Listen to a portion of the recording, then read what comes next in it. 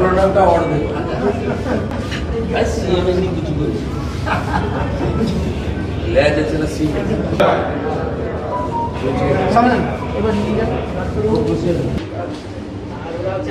পুরো মর্নিংটা ভালো চলছে না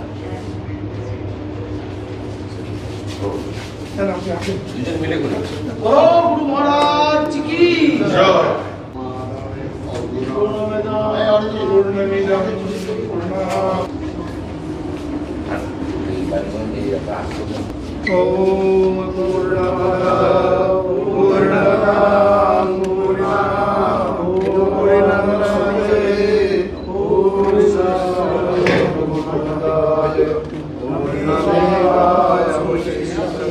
ओम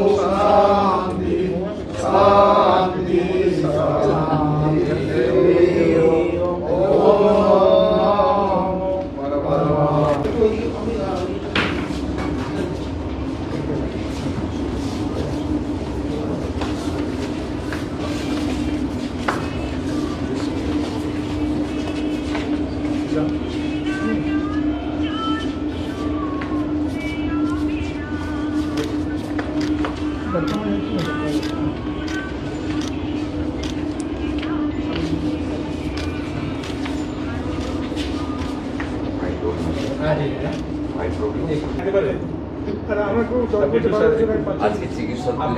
আপনাকে স্বামীজিকেও বাঁচিয়ে দিয়েছে 10 বছর আগে একটু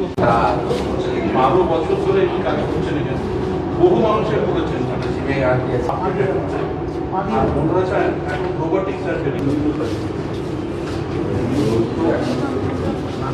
আপনি নাম দিন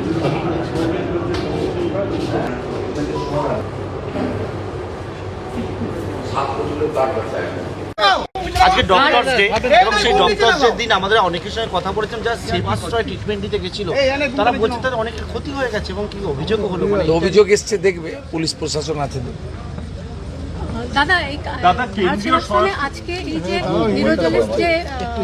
উদ্বোধন হলো সাধারণ মানুষ বা গরিব মানুষ কিভাবে সেবা পেতে পাচ্ছে তো সেবা ভারসেবা সেবা এসেও তারা কিভাবে যোগাচার্য ঠাকুর প্রণমানন্দজির এটাই পথ ছিল সেবা দান করা আর এরা কমার্শিয়াল অ্যাঙ্গেলে করে না আর কাছে যে বিদ্যাসাগর হসপিটাল আছে পরিষেবা একেবারেই নেই সেক্ষেত্রে বিদ্যাসাগর হসপিটাল নিয়ে কি কিছু চিন্তা ভাবনা করা সব হসপিটাল নিয়ে চিন্তা ভাবনা করছে আমাদের স্বাস্থ্যমন্ত্রী স্বাস্থ্য রাজ্যমন্ত্রী আমরা সবাই একসঙ্গে কাজ করছি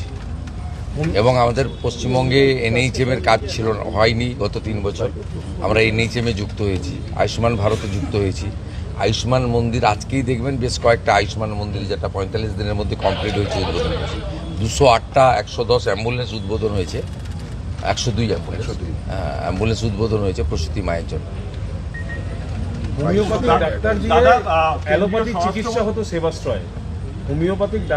না অভিযোগ এসেছে আমি দেখেছি এখানে এসপি আছেন তিনি তদন্ত করবেন এবং জেলা শাসক বা স্বাস্থ্য দপ্তরের যা হেল্প নেওয়ার পুলিশ নেবে ইটস এ ক্রাইম হলে দেখার জন্য ভারতীয় ন্যায় সংহিতাতে যা করার করা হবে দাদা কেন্দ্রীয় স্বরাষ্ট্রমন্ত্রীর সাথে জনবিন্যাস যে সমস্ত রাজ্যে বদলেছে ও মডেল তো দেখিয়েছেন ফলতাতে, আর নতুন মডেল না দেখানোই ভালো। একটি উচ্চ পর্যায়ের কমিটি গঠন করা হয়েছে যারা কেন্দ্রীয় স্বরাষ্ট্রমন্ত্রীর সাথে বৈঠক করেছে, যেখানে জনবিন্যাস বদলে গেছে, তারা ফিল্ড সার্ভেও করতে যাবে। আপনারাও তো বলেছিলেন ভোটের আগে যে এখানে বিভিন্ন জায়গায় জনবিন্যাসের একটা পরিবর্তন লক্ষ্য করা যাচ্ছে, আপনারাও কি? আপনার কাছ থেকে মুখে শুনে তো বলবো না।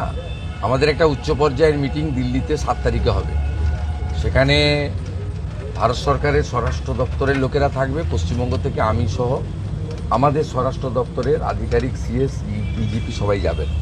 আমরা যৌথভাবে আলোচনা করে যেটা সেন্ট্রাল গভর্নমেন্টের গাইডলাইন, কেন্দ্রীয় স্বরাষ্ট্র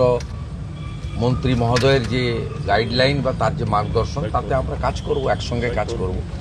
এবং প্রথম ধাপে আমরা অনেকগুলো কাজ করেছি এই 45-50 দিনে।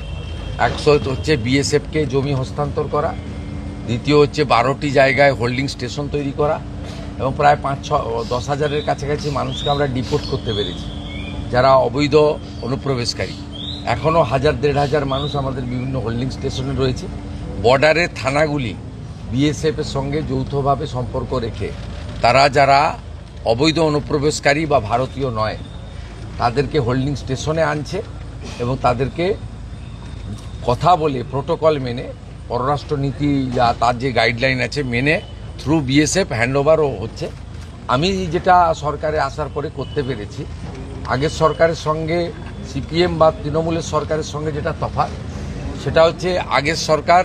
এই বাংলাদেশি অবৈধ অনুপ্রবেশকারী মানে যারা সিএ এর আওতায় পড়ছেন না